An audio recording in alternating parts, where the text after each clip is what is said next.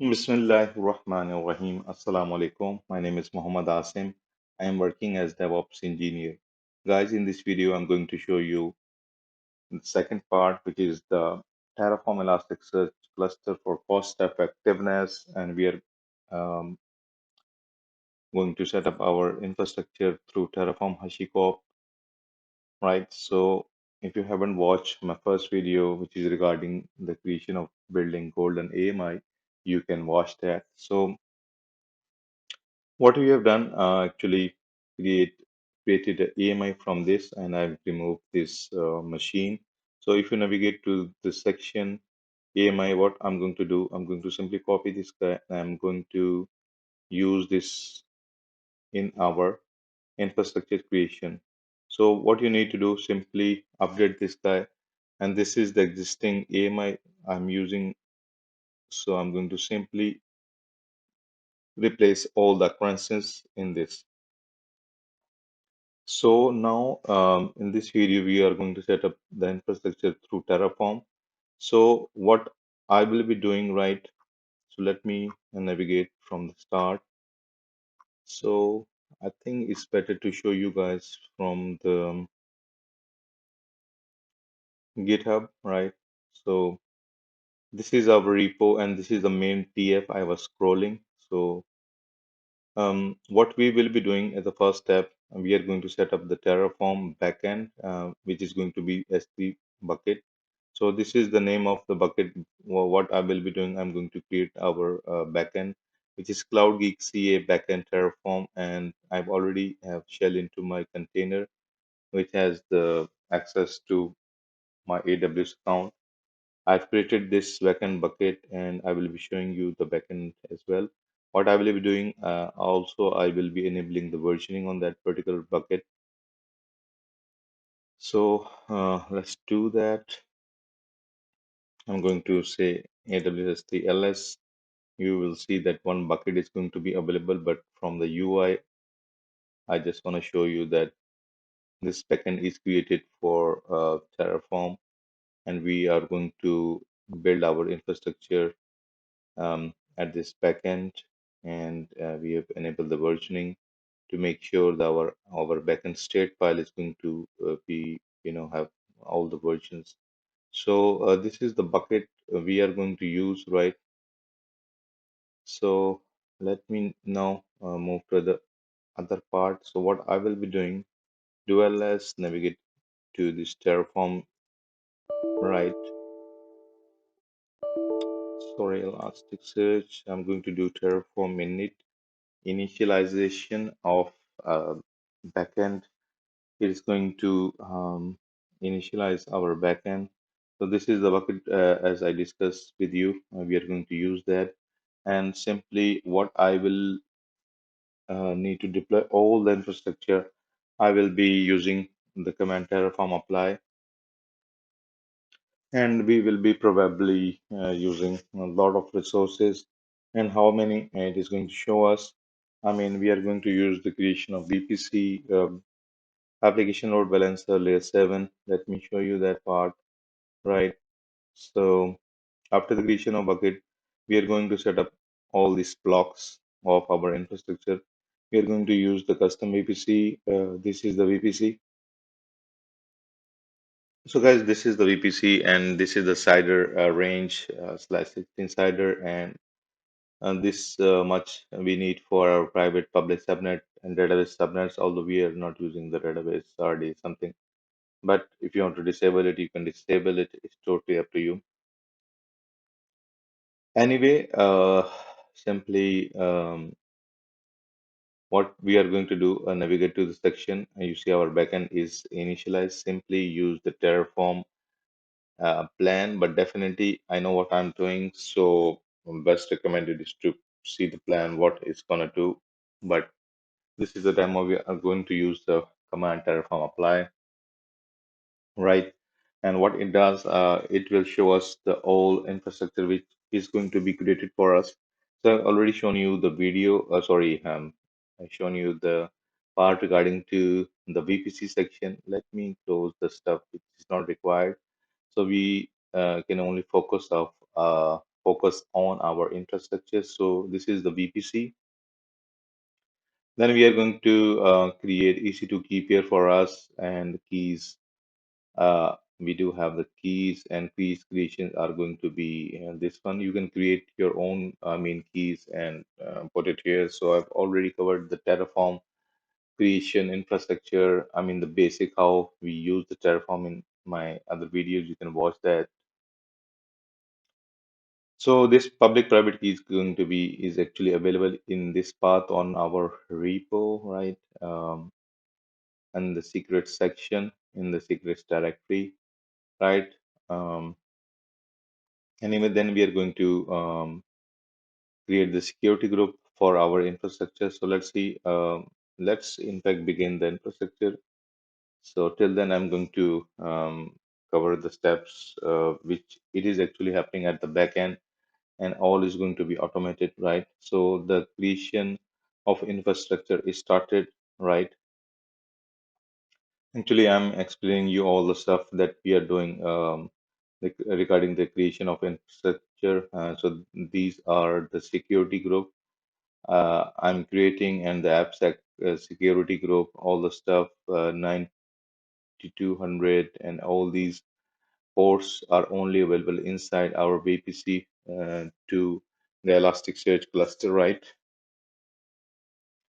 And um, and this 18443, as we are using the application load balancer, and we are going to send the HTTPS request to our Elasticsearch cluster, which means we are going to use the layer 7 encryption HTTPS, right? Um, Other stuff regarding the security group is basic, and I have only allowed traffic from the application load balancer, right? So it is pretty much secure, and it is something which is internally available for our applications. So guys, then we are simply creating the instance profile, which is actually the instance, a role which we are going to use on our EC2 machine for private hosted zone. We are going to use the private hosted zones, right? And this role has the will have the ability to access the Route 53, and I'm going to show you the Route 53 section as well now. So in Route 53, the entry regarding the application load balancer, which is going to be the endpoint of our Elasticsearch cluster, is going to be happen automatically, right? And if you see, the creation of application load balancer infrastructure is happening at the backend. I will be showing you all the stuff in the UI as well. So this is the demonstration regarding what we are actually building at our backend in few minutes. So this is the Elasticsearch cluster endpoint, and what it has. It will have the internal application load balancer endpoint is going to be automatically done. So other part I've commented, which is regarding the accessing of our Elasticsearch cluster through load balancer. So the entry which we are going to use, simply we are going to use this DNS name to access our infrastructure, which is going to be the, as I discussed, the endpoint. So this is the endpoint. I'm going to then show you the status of our cluster, right? So this is pretty much commented out. So this is the backend load balancer which we are actually creating, and we are going to use the delete protection on that as well. So this is our application load balancer. I do highly recommend to use the application load balancer to spread the load, and of course for HTTPS encryption as well. Anyway, this is the target groups on which our EC2 machines are going to be available, and we are going to check the health check of our Elasticsearch application. Although the health check regarding the auto scaling group is set on, EC2 machine, right?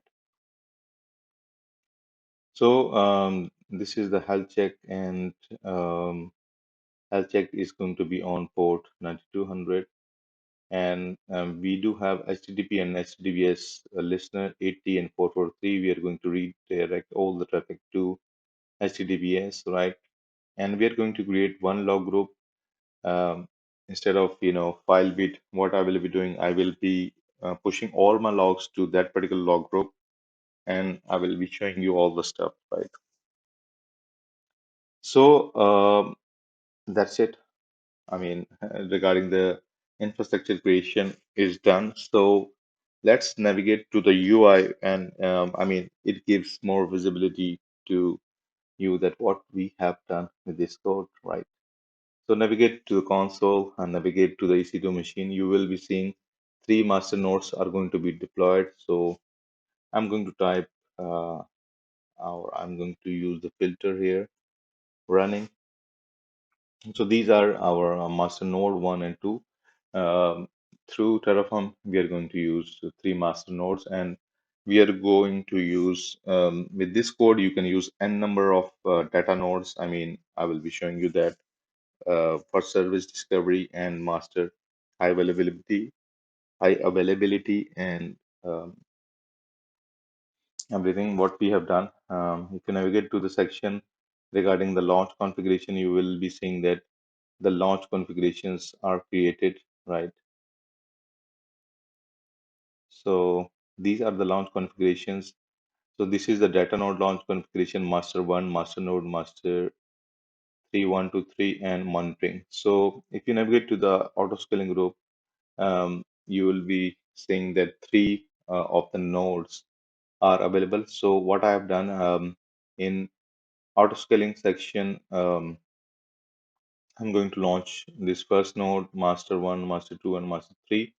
And with regard to the user data, I'm going to show you shortly that what we are using in that. So these are the three nodes, and if you see the instances in data nodes are set to zero by default in this code. So we are going to do all the stuff now simply by adding one more nodes, and in the later videos I'm going to cover how you can do that, right? So this part is done. So I'm going to navigate to the other section, which is the auto scaling section now, right? So this is the stuff with regard to the creation. So you see one terminated because we have taken the AMI, created the golden AMI with this, and you can watch that particular video. So in this auto scaling section, you can see the master node one launch configuration, right?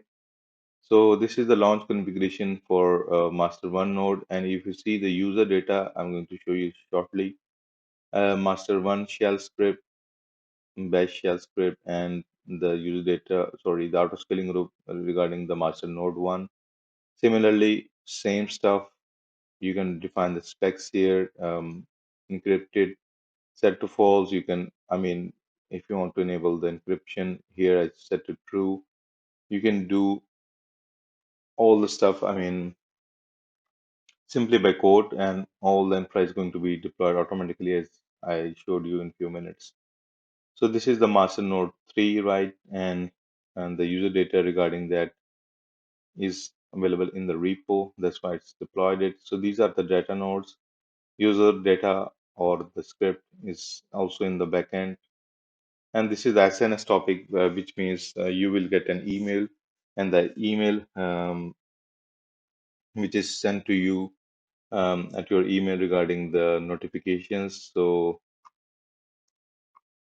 let me navigate to this part.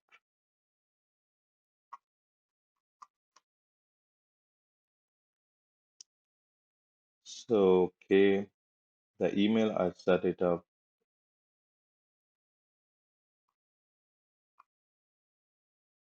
This one, info@cloudgeeks.ca, right? So this SNS topic has the email and adding. If you navigate to this section also, auto scaling group info. So this is the email regarding the auto scaling group. The same email I'm going to use for my SNS topic, right?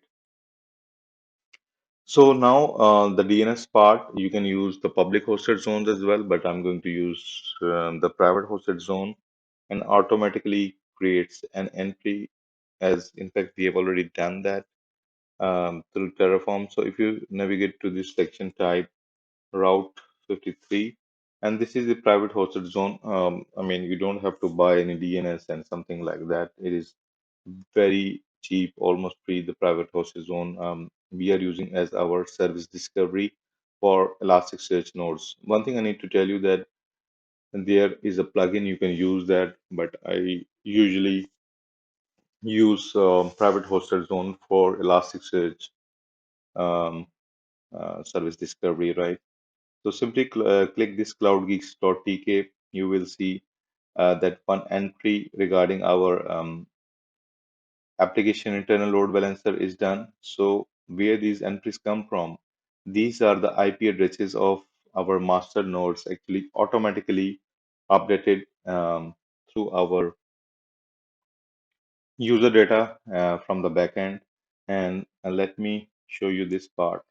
So if you see, this is entry private IP address 1061.86, right? So this is the master one node. I'm calling this Elastic Search node one. So this is I'm using for service discovery. If you we see this current status of our Elasticsearch, it will be in red because there are no data nodes. Later videos I'm going to show you how it is going to be yellow or green because I don't have much resources available in my sandbox environment. So now what I'm going to do, I'm going to show you the stuff regarding the accessing of our endpoint. So simply navigate to this section, main TF, right? Click this guy, and we are going to simply do not do anything. We are going to use the HTTPS to access our endpoint. This is HTTPS and it is the DNS name. And I'm going to show you the load balancer as well now once this part is done. So if the master node election are done, I mean consensus, we should be able to see our Elasticsearch cluster. You see, current status is in red because there are no data nodes. Later videos, I'm going to show you the data nodes. So if you navigate to the target group, I want to show you the automated health checks, which is done by the application load balancer. You see, all three nodes are healthy, which means it is, if you navigate to this section, health check 9200, it is actually the traffic port is at 9200, it is healthy. And I'm going to show you the load balancer part, and this is the load balancer we are using, right? This is the Elasticsearch load balancer. We are using this internal load balancer, right? Click the listener. We have 80443, and if you see the rules redirecting to HTTPS, simply click this rule, view the edit rule. If you navigate to the rules, you see we are sending traffic to this target group, which we have all our nodes. So, guys, that's it regarding our infrastructure. In my next video, I'm going to show you the stuff regarding how we can add the data nodes in our Elasticsearch cluster, right? And also in later videos, I'm going to cover the user data as well. If you like the video, please like, share, and subscribe the channel. Have a nice day.